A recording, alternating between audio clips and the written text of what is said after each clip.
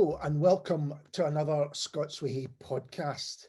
And I'm delighted to be joined now by Stewart Smith, who's going to talk about the multimedia project Jazz at the Third Eye, which begins on October the 22nd. You can see it on the CCA's website, but we're going to hear much more about it right now. So first of all, hello, Stewart. Hello, Alistair, and hello, listeners. Absolutely. The question I'm going to begin with is, what can you tell us about Jazz at the Third Eye? But I know it's going to involve a lengthy answer because I've already seen exactly what's going on. So if you could take us through a kind of guided tour of what's going to happen. Okay, so first of all, the Third Eye Centre is the prior incarnation of the CCA, Centre for Contemporary Arts in Glasgow. It opened in 1975 until 1991, when it kind of then became the CCA. And its founding director was Tom Mcgrath, who was a playwright, poet, jazz musician. He'd been editor of International Times at the Underground newspaper in London in the 60s. So he was a really fascinating character. And jazz was a big part of the programming there. They had a fair bit of music, a lot of folk music as well, classical music. And a few years ago, there was a big project to what called the Glasgow Miracle, where they digitised the video archive. So Tom Mcgrath and his team were early pioneers of video technology, and that's mean we've been left with a fantastic archive of events at the CCA and other Glasgow venues. When I saw that exhibition, I think it was about 2012-13, Right. that really caught my imagination. They showed the videos at the CCA, and they also showed some like flyers for events that had been there, photographs and so on. And one of the videos that really struck me was of the Brotherhood of Breath, the great South African British big band. One of my favourites, absolutely glorious music. But the first 15, 17 minutes or so are of a local group called Birth. And that was quite mysterious for a while because they put the video up and the researchers had only found out so much.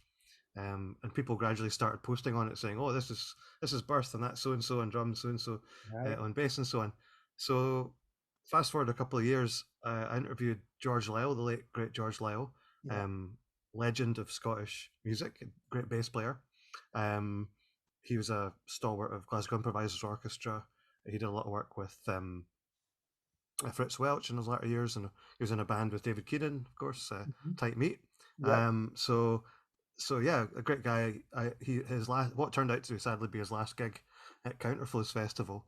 I interviewed ahead of that, and he was a totally amazing guy, like really inspirational. My favorite story about him is I went round to his flat to interview him, and just a really cool flat full of amazing like records and musical instruments.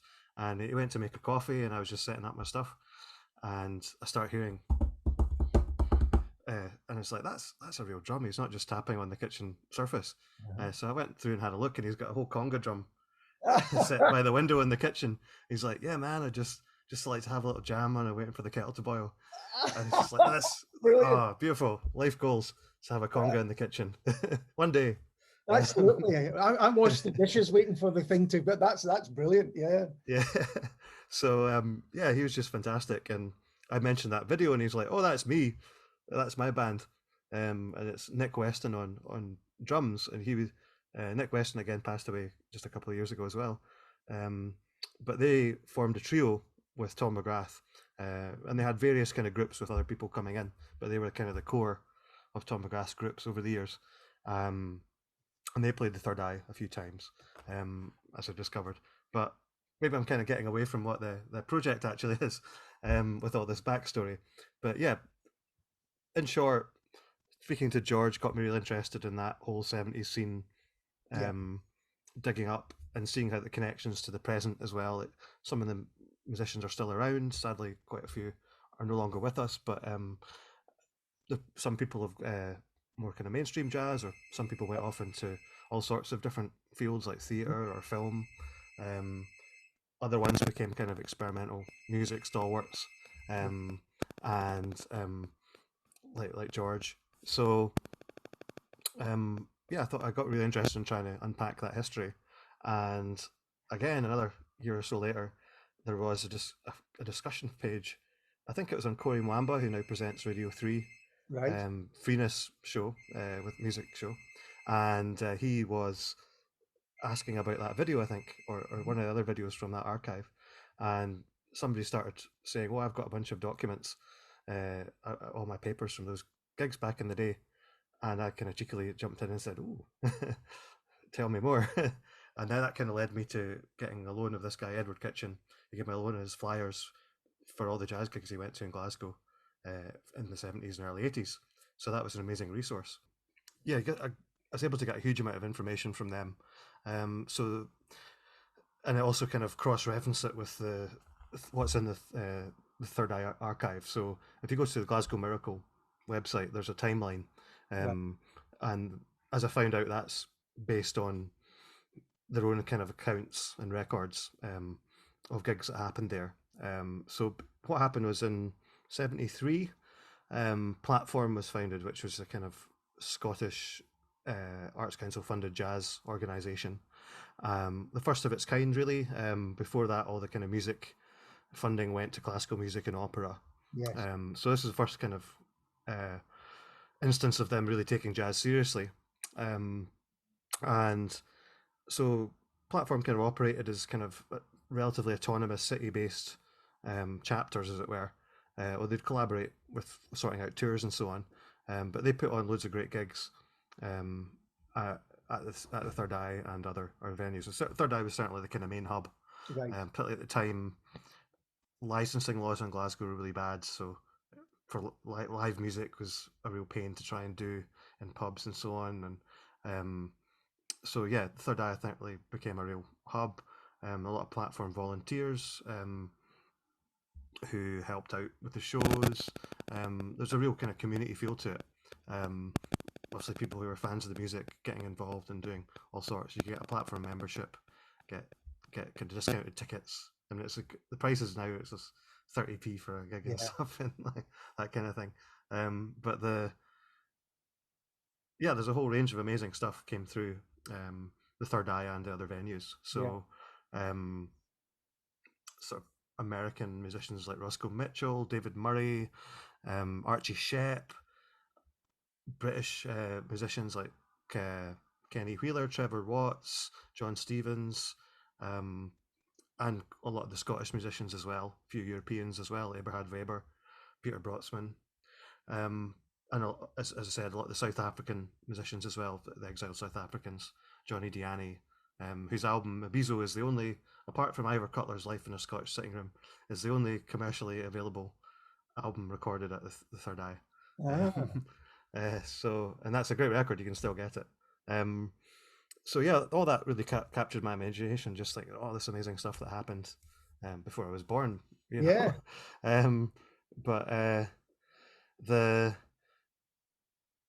So the kind of project kind of grew and grew. I wrote a big article for The Wire in 2019 that put together a lot of that research, and I interviewed a few more folk who were around, like Alan Tall, who's an actor and folk guitarist, but he'd been involved in that scene. He'd accompanied Allen Ginsberg when Tom Mcgrath brought him to Glasgow in 1973. He was roped in to play guitar along to Allen Ginsberg, and you can watch that video in the archive, the original archive. He also kind of took up the saxophone and started playing with various people. I interviewed Tony Gorman, who came along slightly later, played with Tom McGrath's band maybe in sort of late 70s, early 80s. He moved to Australia in the late 80s, and he's still playing. Who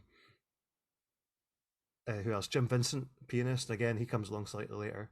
So there's that kind of thing of, you get a sense of a kind of core group of pretty more kind of avant-garde jazzers around Tom McGrath and George Lyle, Nick Weston, and there's all these kind of nice stories about how they would get the younger guys into the music and introduce them to all kinds of records and artists.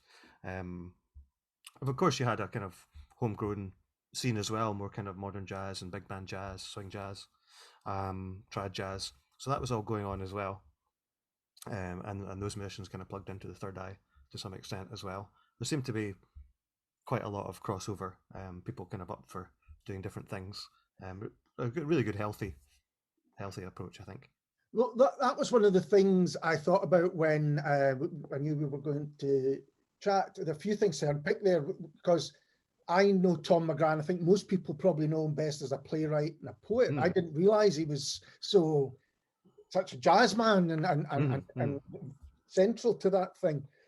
Also, the Third Eye really was one of the few cultural hubs in Glasgow at the time. So That's I've right, yeah. seen pictures of Alistair Gray standing beside Billy Connolly, and and as you say, Allen Ginsberg and Tom Leonard, and all these names that we kind of most of us know so well. So it might be worth even putting Glasgow into. This was in the early 70s. Yeah, so absolutely. Glasgow was really kind of almost being literally ripped apart.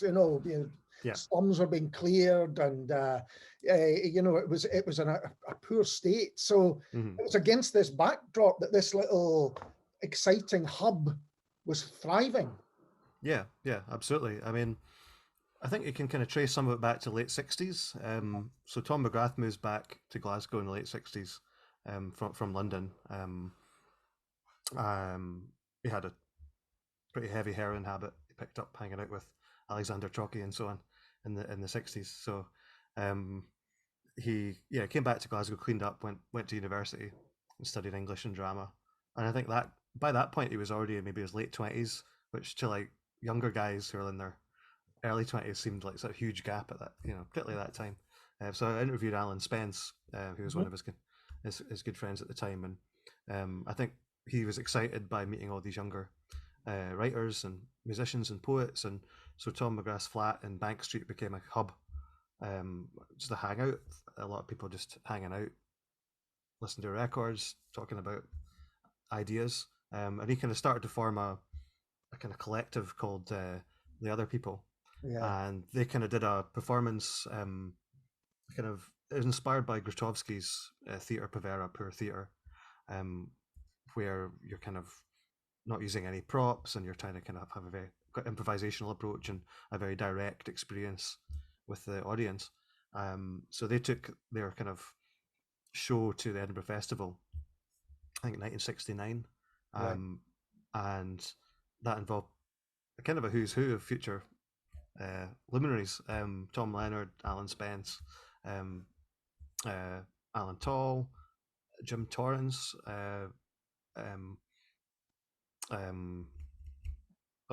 Gene Milton, a poet as well. So yeah, a lot of these figures kind of moving around in that scene.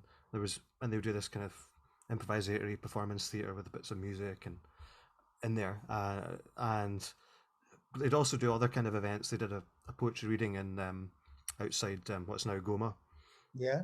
They just kind of turned up and started reading their poems, like kind of Tom Mcgrath on a soapbox kind of thing. So there's that kind of background. He also had a kind of more kind of fine arts world starting to emerge with the Compass Gallery. So sort of by the early 70s, there's definitely an attempt to kind of make things happen, because there's all that story of Glasgow's a place you left. Yes. And the difference was maybe people like Edwin Morgan and Alistair Gray and so on, they kind of stuck around and tried to make things happen. And Tom Mcgrath's very much part of that as well. So yeah, kind of fast forward 1973, Tom Mcgrath gets a job as a Glasgow director of the Scottish Arts Council, and apparently he felt he had to apply, but he thought he had no chance, right? Because he didn't have a kind of arts admin background. But he obviously had the vision, he had the interest and the energy and sort of wide-ranging interests, and a very kind of strong sense of cultural democracy involving the community. He didn't want to patronize audiences. He thought there's a lovely phrase he uses: put in place and let it happen. Yeah. And yeah, it was very a kind of avant-garde populism, I think, as Neil Cooper, the journalist, puts it. Yeah. And so it means you can come by. The Third Eye would do exhibitions on football, as well as having cutting-edge contemporary art and avant-garde music and so on. Yeah, it was a space that was for all. I mean, from what having spoken to people that used to go there, it was where you could, see the poets of the day or different performance arts and all that. But it was welcoming. It's bang in the middle of Sauchiehall Street. You couldn't get more Glasgow than that. And it was a place which did open, as the CCA still does to this day, welcome you with open arms. Mm-hmm. Yeah, absolutely. I mean, so when they initially started working out of what had been the Society of Lady Artists building on Blythewood Square. So if you watch the videos of like Derek Bailey or Allen Ginsberg, Earl Birney and so on, they're all from there. Right. And so they used that as a kind of hub, and they produced a newsletter. It started as a one sheet and then became this quite often quite elaborate publication. There was like a Edwin Morgan visual poem for one issue. And so that was called Newspeak. And in that, it almost kind of worked as a kind of listings magazine. People could post ads to like, say wants to start a band, that kind of thing. And they'd have articles about their ideas about art, their ideas about what to do with the centre. So yeah, Tom Mcgrath's main kind of task was to open a multi-art space. And he realised that Blythewood Square wasn't really suitable, wasn't big enough, it was slightly too off the main street. So they wanted something on a kind of main drag, public-facing shop front. So they found this space, 350 Sauchiehall Street, Greek Thompson building, and secured that for a song, and the rest is history. And in the meantime, Tom Mcgrath, he did the Murals project, which has been quite well documented now. But that's where people like John Byrne did murals on the gable ends. And there's a video of on the Scottish News where Tom Mcgrath's defending this from a very kind of bucka BBC newsreader, saying this is a waste of public money and how do you justify this? And it's like Tom Mcgrath said, well, it doesn't cost that much, and he states exactly how much it costs. Said it gives work to local artists and it's something good for the community. It brings attention to Glasgow. It's a win-win. Quite right, absolutely. But it's just a very clear sense of like he wants to bring art to the people, but not in a patronising way, or a paternalistic way. It's listening to what people have got to say and letting them do stuff as well.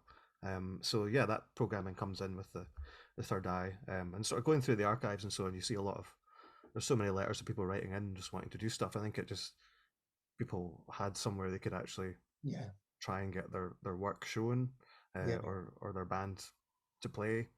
It must have really been exciting. I mean, I know like Francis McKee, the current director of the CCA, he said that the Third Eye gave people a reason to stay in Glasgow. So it was hugely significant space. So that Glasgow Miracle project did quite a big bit of work in terms of tracing that history, and things like the exhibitions are well documented. If you go through the archives, there's files for most of those. The music stuff is patchier, so it makes it fun to sort of dig through the archive to do that. But that's what I'd been wanting to do for a while. I'd had a look a couple of years ago at some of the stuff in the archive when they were first putting it in, but it was this project was an opportunity to really go through that archive, gather stuff together, and then share it online and show people what went on at the Third Eye in terms of jazz and improvised music. So now when you've got this archive that you've been working on, and as you say, you're going to present it online, how is that going to happen for people when they come to access it? Because there's a lot, isn't it? It's not just stuff themselves. Yeah. So basically, I think the idea is fairly simple. We'll just be on the CCA website, and we'll have lots of scans of documents from the Third Eye archive and from other sources that I've gathered together, because we did a public call as well, which is still very much open. We're happy to have any stuff at any time. So yeah, posters, ephemera, some of the paperwork, photographs, and there's also the video archive as well, the existing one. There's also some uncatalogued material which we're hoping we'll be able to share as well. So yeah, it'll just be up on the website and people can click through. Whatever, we'll have it categorized and you can just click through. But it would be, they must have been some of the early footage, because video back then was just in its infancy, really. Yeah, yeah. And yeah, so that whole process, and we're very lucky they survived. They were stored in the Glasgow print studio for quite a few years. Um, they'd been in the Mitchell and then the print studio. I can't quite remember the order, Right. but then they were, with the funding they got in 2012, they were able to digitize that collection. So yeah, that's one big part of it. And then there's all the material in the boxes, some of which they put up on the Glasgow Miracle blog. But yeah, I thought there was, obviously my love is jazz and I improvise music. I'm a jazz writer for The Wire and various other places, and so that side of things excited me. I thought it'd be good to do something that was focused on that project, on that a project that was focused on that area, um, both as a way to show that there was a kind of thriving local scene, uh, but also Glasgow's plugged into international or UK wide or European and international currents as well. Um, I mean, obviously there had been jazz artists come to Glasgow in the past, probably kind of in the dance halls and so on, quite a thriving dance band scene Yeah. interwar and post-war, and a lot of famous musicians came through that as well, like Alex Harvey, for example, was a Yeah. trumpeter in a band. Um, and you also had people in interwar. You had Coleridge Good, the great British Jamaican bass player. He came to Glasgow to study, played in the dance bands in Glasgow, and then moved to London and played on some of the most important British jazz records, but Joe Harriet. So there's all that kind of story. Quite a rich history, and obviously touring musicians coming through like Ellington and John Coltrane played the St Andrews Hall in Yeah. 1961.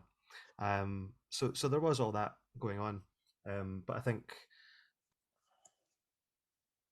the local scene, it seemed by the 60s, was kind of confined to sort of bars and hotels and so on.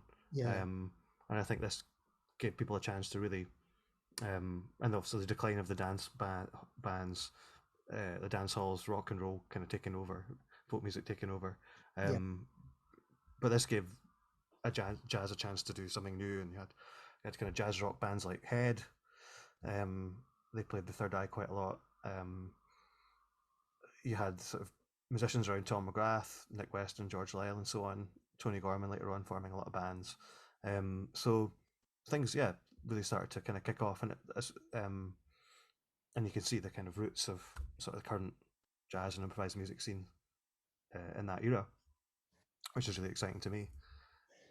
You mentioned that a platform and how that got funding for the first time. I think it'd been classical music and maybe opera before that. How important do you think that was? Because it sounds as though, that allowed this scene to kind of Yeah, build. yeah, absolutely. And I mean, the various branches of platform put on, there'd be slightly different things on. There'd be things that didn't come to Glasgow that were on in Edinburgh or Dundee, Yeah. and vice versa. But the I suppose these things just depend on touring or whoever's in the local group and what they're into, what they decide to get up. But yeah, Glasgow certainly leaned towards some of the more adventurous stuff, and so you had people like Keith Tippett and all the kind of British progressive jazz and the free improvisation side of things. We had a fair bit of that coming up to Glasgow, and they used places like the GFT. And before the Third Eye opened, there's a lot of kind of gigs that essentially are spiritually part of the Third Eye because they're in the and they're in the archive as well. But so one of the ones that I love is there's a season of avant-garde music in 1973, and there's the flyers for that, and so they had Sonic Arts Union, who are not strictly jazz but more kind of new music, but it's like David Behrman, Alvin Lucier, all these amazing composers, um, rocking up to like Partick Borough Hall and Yeah. doing electronic and tape pieces. Amazing. They had Steve Lacey's quintet with Derek Bailey, John Stevens, that as part of that as well. Instant Composers Pool Orchestra from Holland were supposed to play, but that got cancelled. And then the other one they had is Ray Russell, the British guitarist, who's kind of like if Jimi Hendrix made free jazz, kind of. Right. One of the nice things I found about that is, so I found that flyer and was like, that's really cool. And then when I was going through the paperwork, expenditure sheets and so on, which normally kind of boring, although sometimes it's kind of interesting to see what people got paid back in the day. But the thing that kind of stands out on the expenditure sheet, usual stuff. Then it says fire eating act, £25. It's like, whoa, there's a story. So suddenly, like, this just another gig becomes, something quite exciting. And I tried to get hold of Ray Russell and ask him about it. So I haven't heard back yet, but we'll see whether that was part of his regular act back then or. But that's a one-off. The joy, isn't it, of working on an archive? Yeah, you find it's often in the unusual bits of paper, and unfortunately, it's going to be happening less and less as everything's digital. But it is about finding the receipts that take you down a different path than you thought you were. Yeah, absolutely. So there's all that kind of cool stuff happening. The other thing that emerges is from digging around in the archive is the great what ifs and the paths untaken. Yeah. So the one that absolutely blew my mind. So not every single item in the catalog is on. There's a spreadsheet that tells you what's in each box, but also it doesn't have every single thing. So sometimes it's just like loose, loose files or loose documents. So anything like that, it's like that's worth a look, and it certainly was. So there's one. I was just kind of going through a pile of stuff and suddenly see before me a red bound booklet, Carla Bley 3/4, a reduction. It's like, wow, it's a Carla Bley score. So Carla Bley, great jazz composer.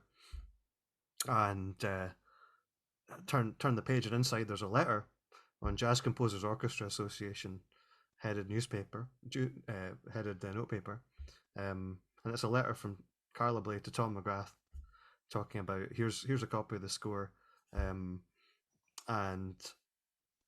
if I'm in the country, I'll come up and help with rehearsals if you manage to get it together. So it seems that Tom was interested in performing Carla Bley's composition, and again, she's offering to help out, but it never came to be. So who knows where I haven't found any other letters that refer to it or if it went any further. But it also opens up the there's obviously an existing friendship there, because there's a familiarity to it. And another thing that I'd come across in the archive was there's an audio recording of the Tom Mcgrath Trio, and it's undated, but probably from around that time, mid-70s. And they play a Carla Bley tune, and he makes reference to her passing through the third eye on her way to somewhere else. So for a long time, I was just like, what could this be? When could that be? Because she didn't play Scotland as a headliner until the early 90s, when she was featured artist or composer in residence at the Jazz Festival, Glasgow Jazz Festival, and there's a wee film of that and everything. And a lot of like Scottish jazz luminaries have now played in her big band, like Raymond MacDonald and so on. So, but I eventually cracked it. So I found out she toured with Jack Bruce in 1975. Right. And I looked, Jack Bruce, that must be it. So I looked up Jack Bruce, Glasgow, 1975. He played the Apollo just a few months after the Third Eye opened. So I was like, that, and she was in the band playing keyboards. So I was like, that's got to be it. So that's kind of, I love this kind of detective work when you're trying to piece all this stuff together. But it'd be fascinating to know where they maybe first met, or maybe one of his trips to America, because he was quite pally with John McLaughlin because they shared a guru, Sri Chimnoy. So it's all this kind of all these tangled webs. Those were the days when people shared gurus. I love that. Yeah. So because Sri Chimnoy was the guru to John McLaughlin and Carlos Santana, and Tom Mcgrath and George Lyle and some other guys got really into him, and followed him for several years. So and Alan Spence, the writer, still does. So of course. In fact, he and his wife run the Free Gym Noise Centre in Edinburgh. Mhm. So there you go. And that I was looking through some of the stuff you sent me, and there's a lots of big names, big jazz names who went through it, as you're saying. But there's also some unusual names, and the name of Karen Black kind of jumped out at me. Oh The yeah. actress Karen Black, Well, yeah. from many Hollywood movies. Yeah, she's in Nashville and Easy Rider, Five Yeah. Easy Pieces, and so on. Yeah, that one blew my mind. So, and this isn't listed in there's no record of it in any of the Third Eye stuff. So this came purely from, I think it was George Burt, the guitarist, mentioned. It's like, oh yes, I saw Tom Mcgrath play a gig with Karen Black, and I'm like, what? He's like, oh, ask John Sampson about it. So it's like, okay, so who's this John Sampson? So he's a trumpeter. He does a lot of work in theatres. He has a kind of long running project with Carol Ann Duffy. Right. So yeah, he's a great trumpeter and also a Renaissance wind specialist. So he was in a band in the 70s with Robin Harper, the first Green MSP, doing kind of Renaissance folk music. And Tom Mcgrath saw them at the Edinburgh Festival, it turns out, and invited thought, oh, I'll have to get John to play a gig sometime. So yeah, John had amazing recall of the whole thing. And so it was a kind of jazz and poetry night. And yeah, Karen Black came up. I think she'd been in London. So again, that's one of the stories where did they first meet? John seems to think it was when Tom went over one of his trips over to New York. So she maybe be doing theatre in London and came up to do this gig, and it was all, very unassuming, no kind of star kind of Hollywood kind of airs and graces, just very like into it and up for doing this gig with some eccentric Scottish musicians. So and the other thing they had is he's kept his kind of program or script or kind of visual score or graph text score, you might call it, that Tom Mcgrath wrote for the musicians. So he's kind of divided. So really, it gives you an insight into the kind of, again, we're going back to his kind of theatre side of things, the poetry side of things. He'd always done jazz and poetry, going back to like the early 60s, reading his poems a lot with the jazz backing, because he loved like the Jack Kerouac records that are like that. And there's a great tradition of all that, like Amiri Baraka with New York Art Quartet and so on. And then, so but it seems mixed with his own kind of very humorous, kind of post 60s underground happening kind of vibes as well. So, so basically, the sheet says something like John Sampson crumhorn solo. That was it. So he got him to start with a crumhorn solo. I love the idea of this Renaissance instrument in the middle of a jazz gig.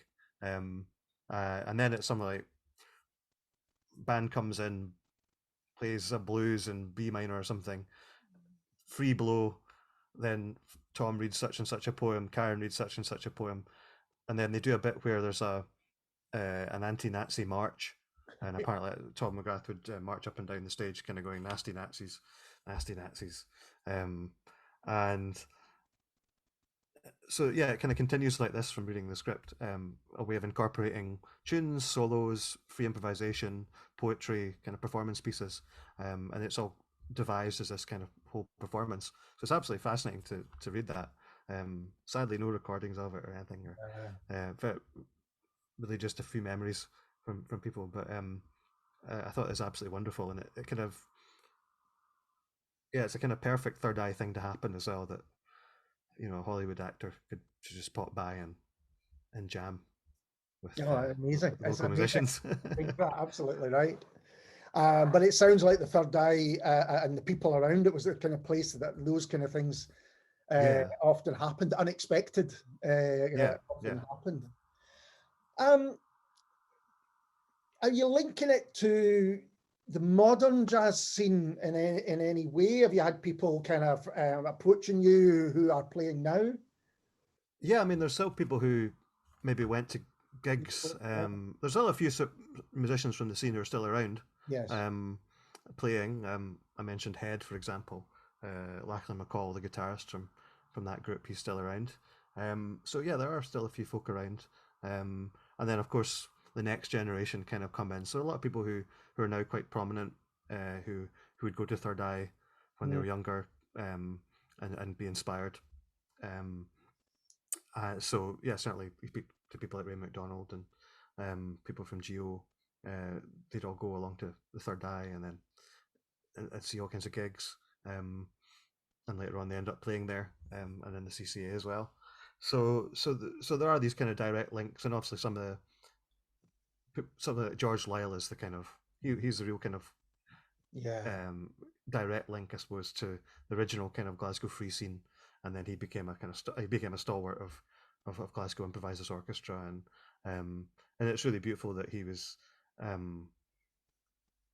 later in his life he was able to play with amazing like musicians like George Lewis and Marlon Crispell.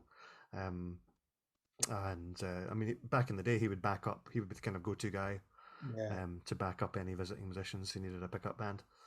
So he would back up all kinds of people like Trevor Watts and American musicians as well, whether it was free or bop. He could play anything, and he ended up playing on the Young Adams soundtrack as well. Yeah. So apparently David Byrne was so impressed. They just booked him for one session, and then David Byrne was so impressed. He's like, "No, keep him. We need you for the whole thing." Oh, fantastic. So yeah, he was a wonderful player, and he's the kind of direct link, I suppose. Yeah. And he kept doing it.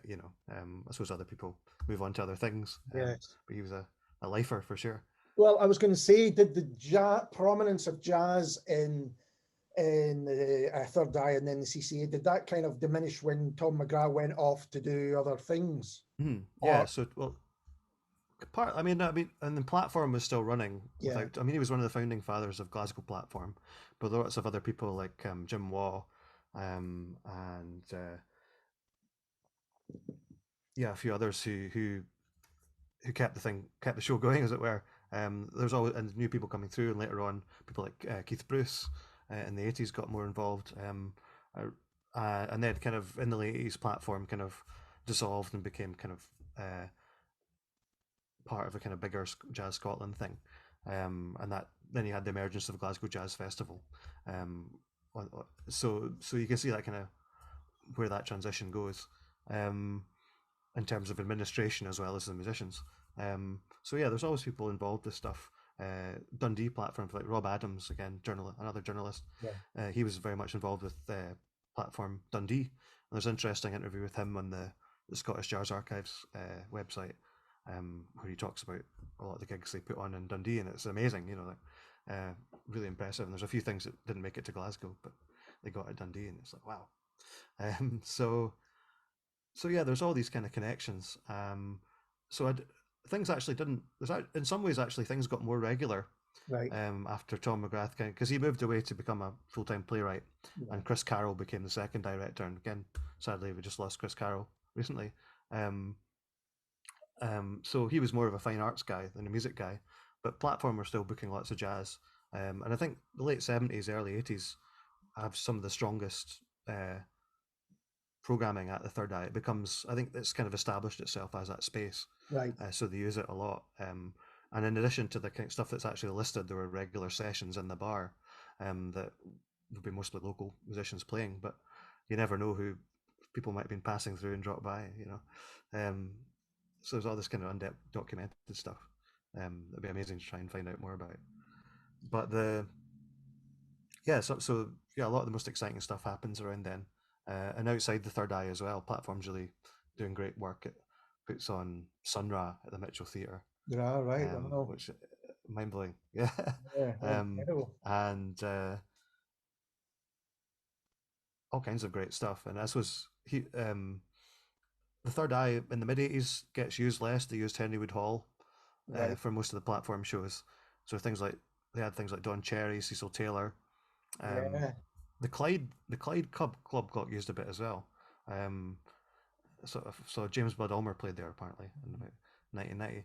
But with the advent of the Glasgow Jazz Festival, for the first 2 or 3 of those, they have a kind of free improvisation at the Third Eye section of the programming, which is very much going back to the original roots of Tom Mcgrath's jazz programming. And there are some of the original musicians who came and played with Tom. Like Lyle Coxhill, for example, who played with Tom Mcgrath Trio, and they knew each other in London in the '60s. Lyle Coxhill, great saxophonist. who's also kind of known from playing with Kevin Ayers, and there's also a famous clip of Rufus Thomas on Ready Steady Go, and Right. it's his pickup band includes Lyle Coxhill and saxophone. So yeah, he was an amazing musician and came to Glasgow quite a lot over the years. Worked with Raymond MacDonald. He recorded a few shows at later jazz festivals in the 90s, which Liam Stefani has put out on his Scatter label. So yeah, they had a whole bunch of great stuff in the late 80s. Keith Tippett, Lewis Maholo, Maggie Nichols, um, Derek Bailey came back, and also had John Zorn and Fred Frith in a duo.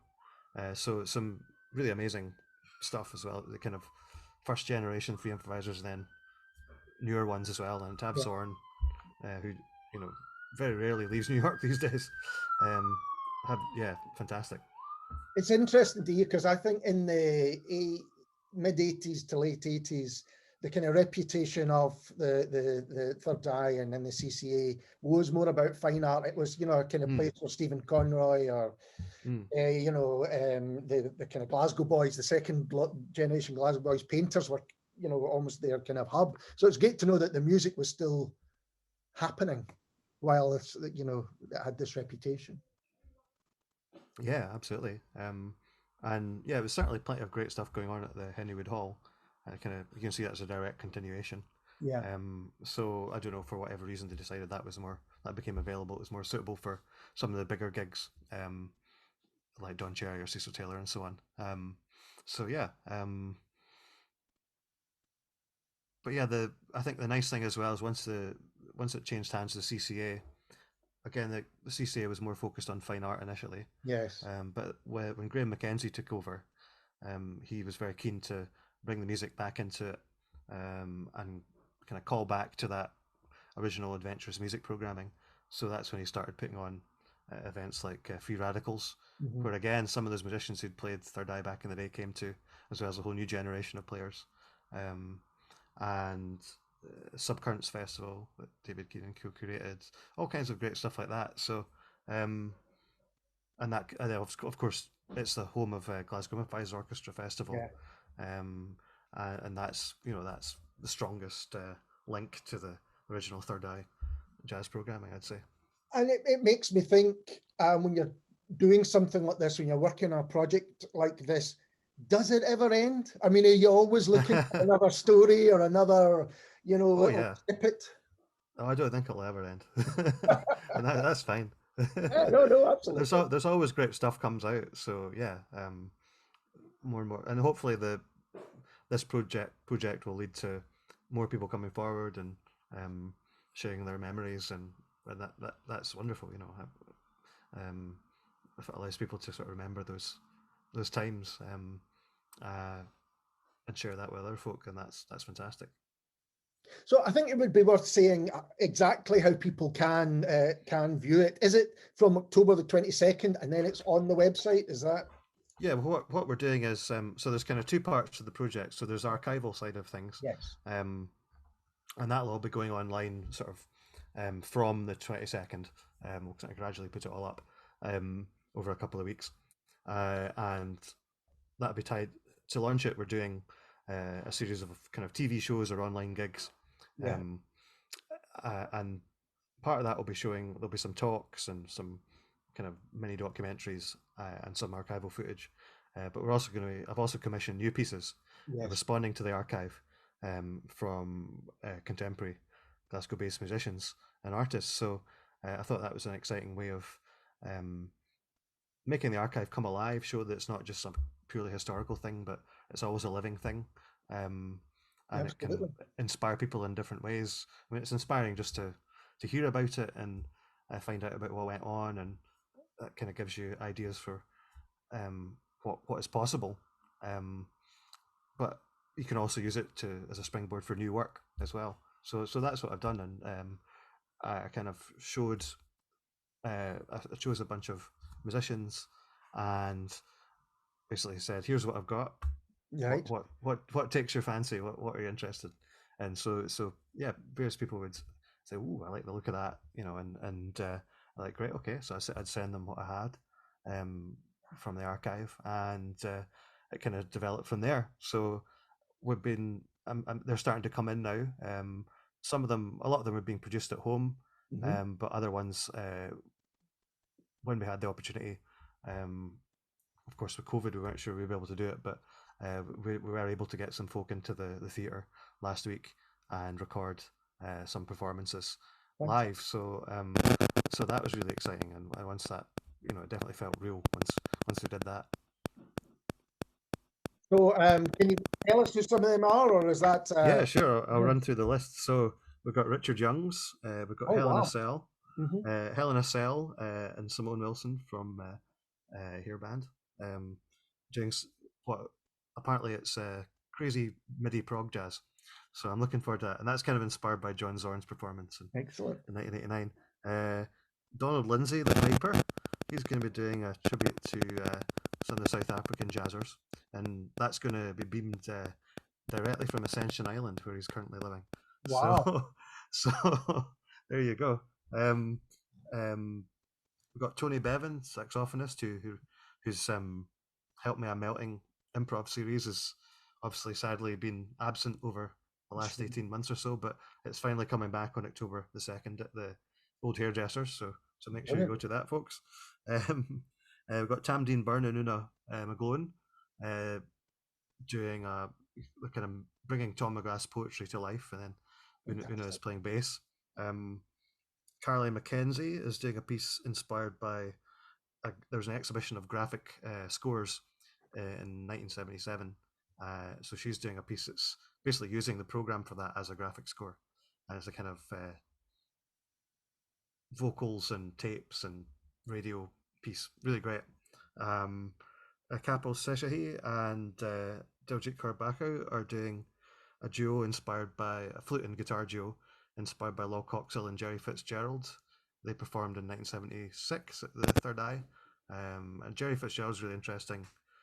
He was a Scottish guitarist, experimental guitarist, and kind of cult singer-songwriter. And then we've got Food People, which is Greg Thomas, Leela Matsumoto, and Matthew Hamblin. They're going to be doing a piece inspired by the Sound and Syntax Sound Poetry Festival of 1979, which is one of the best documented events in the archive. There's videos of pretty much all the performances, everything from Tom Leonard to Edwin Morgan to Jackson Mac Lowe. They're taking particular inspiration, as is Richard Youngs, from Bob Cobbing's performance. It says Trio Abana, which has David Toop and Paul Burwell playing various instruments while he's doing his sound poetry. So that's a fantastic video. So they're doing a piece that's kind of inspired by various performances at that. And I think that's good to show the links between free improvisation, experimental music, and sound poetry. I mean, it's all, there's not ultimately that much difference in terms of the kind of sounds people like Maggie Nichols or Phil Minton make, and a sound poet like Bob Cobbing or Henri Chopin make. You know, it's all glossolalia and pulling apart language. So we've got Fritz Welch and Armin Sturm doing a duo. So Fritz had a duo with George Lyle. They played together a lot back in the day, well, a few years ago. In George's later days, they would jam in George's living room. So Fritz has some recordings of George playing piano. So they're going to improvise around that with drums and bass. So that's really exciting. We've got Sebi Wu and Lana Adcock have done a piece that's inspired by a project of Graham Robb, who is a bass player in Head, various other groups. He did a kind of jazz and poetry suite. It was a settings of poems called, I think, Over the Hill. And so they've kind of quite freely interpreted that, and a really nice video piece they've done. And finally, we got Neil Greg Filton. I thought it was important to have in there because he's formerly director of the Edinburgh Film Festival, and a couple of years ago he put on a whole program of Tom Mcgrath stuff. He worked with Tom Mcgrath as a young actor on Play About Chalky, and so they were good friends, as was Tam Dean Byrne with Tom Mcgrath. So part of that program actually was Tam Dean Byrne with the Scottish National Jazz Orchestra doing a jazz tribute to Tom Mcgrath. So again, in that, Tam was reading some of the poems and sort of telling a story of Tom McGrath's life while the orchestra played various tunes. So what we got is a more kind of abstract experimental version of that in some ways. But Neil's doing something, a video piece, so I'm not quite sure what. I'm looking forward to seeing what it will be, but maybe kind of reflecting on his friendship with Tom McGrath, and I'm excited to see that. Yeah. It must be a hugely exciting time to have this stuff. Yeah. Come in. Well, the stuff's all kind of coming in now, so it's great. Yeah. It's been really exciting to do programming like this. It's the first time I've programmed something like this, so it's been really exciting, and I've had a lot of great help from my partners and mentors, the old Police House and Tusk and Newcastle Gateshead. I'd done some stuff for their festival last year. It was all virtual, and I think the way they programmed an online festival was really inspiring. It showed how it's done. So we're basically using their engine, as it were, to program, to show the programming, and it's been really great learning from them about the programming. So I want to give a big shout out to them, and also the CCA for all their help as well. So, but I think the idea is, part of the thing was, I was putting the funding application together, it was the height of COVID, deep in lockdown last autumn, winter, and I put, we had no idea if we'd be able to make a physical gig or not. So we kind of used that to our advantage and thought, right, well, let's just make it online, do it like what Tusk has done. And you can have some performances that will lend themselves to being kind of straightforward live performances, just a film of that. Other stuff can be more, people record a piece and just do some weird art to accompany it. That kind of thing. Very DIY, but very, I suppose it closes one door, but also creates other opportunities. And also it allows it to be a lot more accessible, and gets a much wider reach as well. So it's not just people who can come to a gig in Glasgow, but people can see it all over the world. Yeah, I know, absolutely. And it helps spread the word about the Third Eye, and I hope it's the artists. I think the artists have certainly got something out of doing it. It's something unusual for them. Gets them to try something different out. So I think it's, and I've been really blown away with what they've come up with. I mean, some people I kind of nudge them towards certain things because I thought that'll suit them, but others just kind of. But even then, it was still, what they did with it was not necessarily what I was expecting, and that's great. That's the way it should be. Yeah. Well, I cannot wait. I cannot wait to see it. I'm really, really excited about it. So Stewart, thank you so much. It's been lovely talking to you. And you, yeah. And we'll be back soon with someone completely different. Cheers.